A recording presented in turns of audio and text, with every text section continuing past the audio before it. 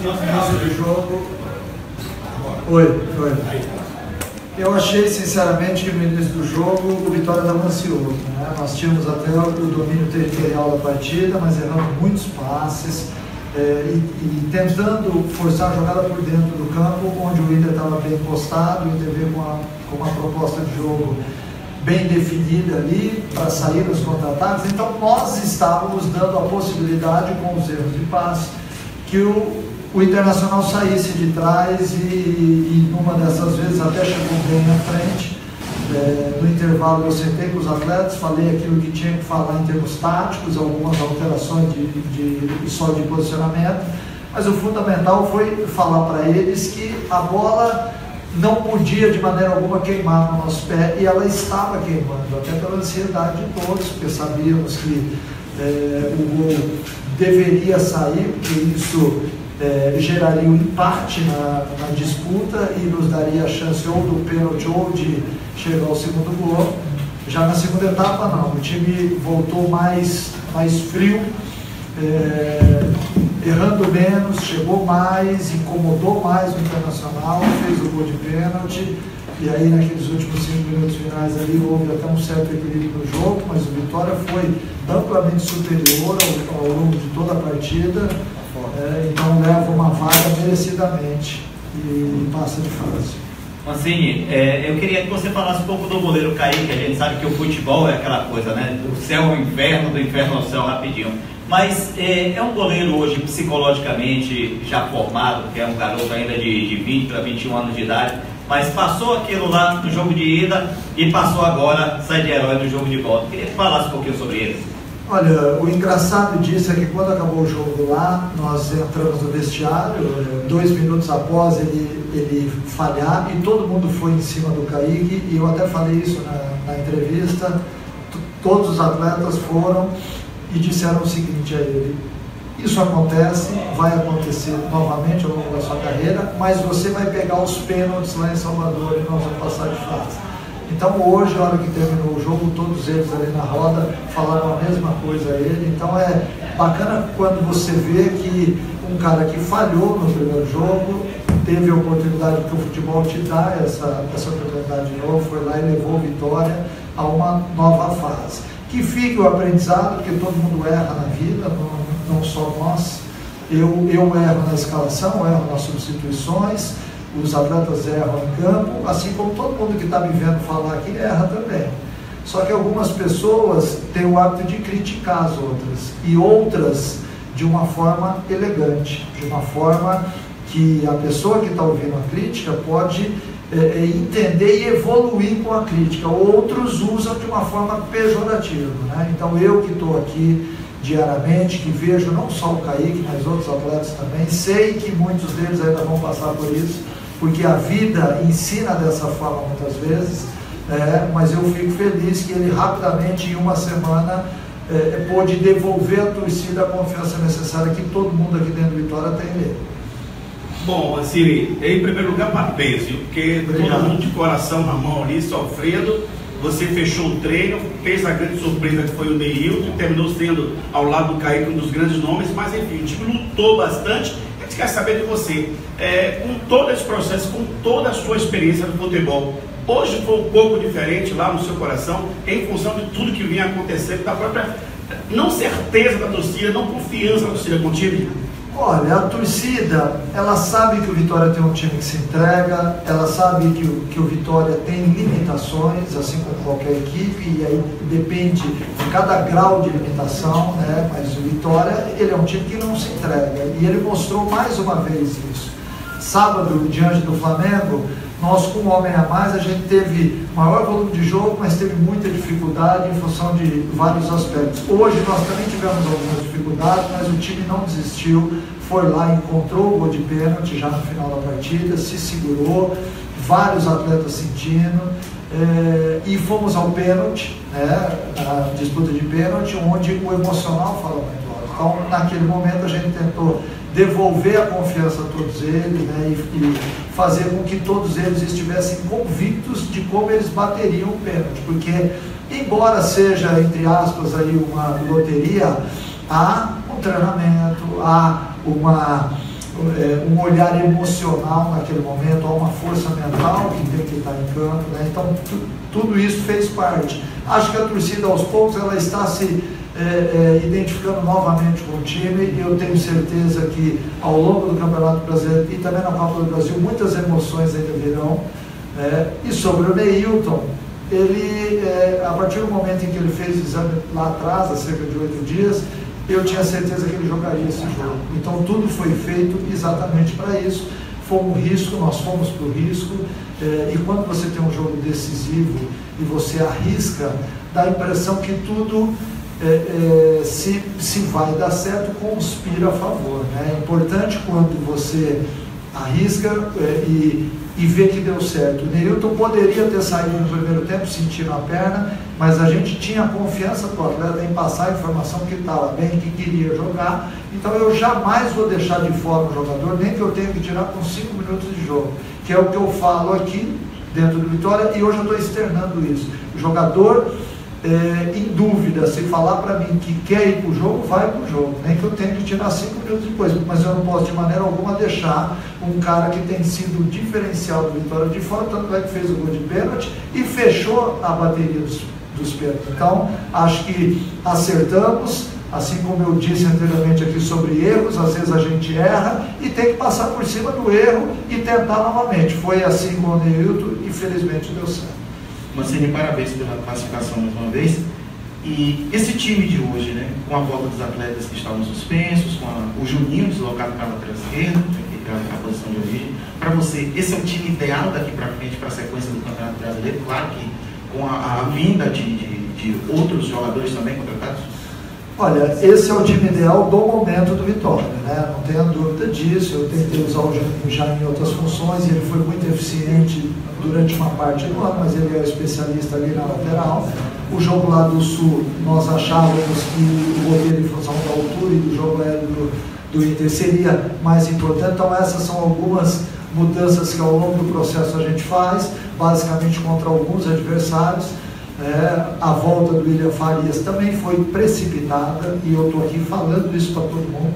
O William Farias não estava no ponto de voltar, e eu conversei com o atleta e decidimos que ele passaria por todo esse processo com dificuldade e teria que ganhar ritmo de jogo jogando, porque eu não tenho como fazer jogo treino, não tenho como fazer jogos amistosos. Então por isso a gente decidiu que mesmo ele com uma certa dificuldade que todo mundo vê, ele vem evoluindo jogo a jogo. Então hoje esse é o time ideal do Vitória. Não sei se daqui a uma semana será, mas hoje com certeza. Assim, de voltar a falar do Kaique, né, primeiramente lhe parabenizar, não só pela classificação, mas por ter recuperado um garoto de 20 anos, que era criticado por imprensa, por torcida, sofreu bastante durante esse período. E não é tão tático assim, não é tático na verdade, escolher um goleiro, mas foi do treinador, e você decidiu mantê-lo, ou seja, recuperou o garoto, né, de 20 anos, o Kaique. A ideia era justamente essa, era passar confiança para que ele fosse bem e se recuperasse, Mancini?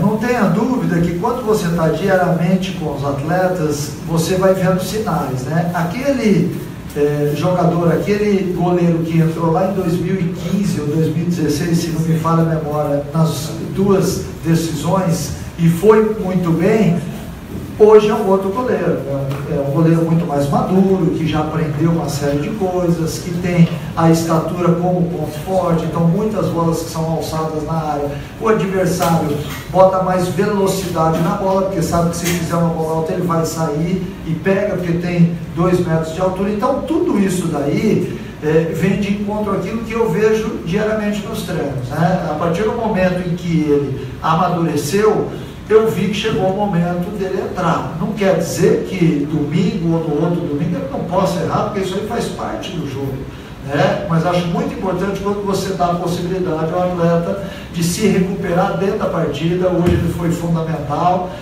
e lá no jogo do Inter também, ele também fez um grande jogo. Ele errou no último lance do jogo, mas ele já vinha bem.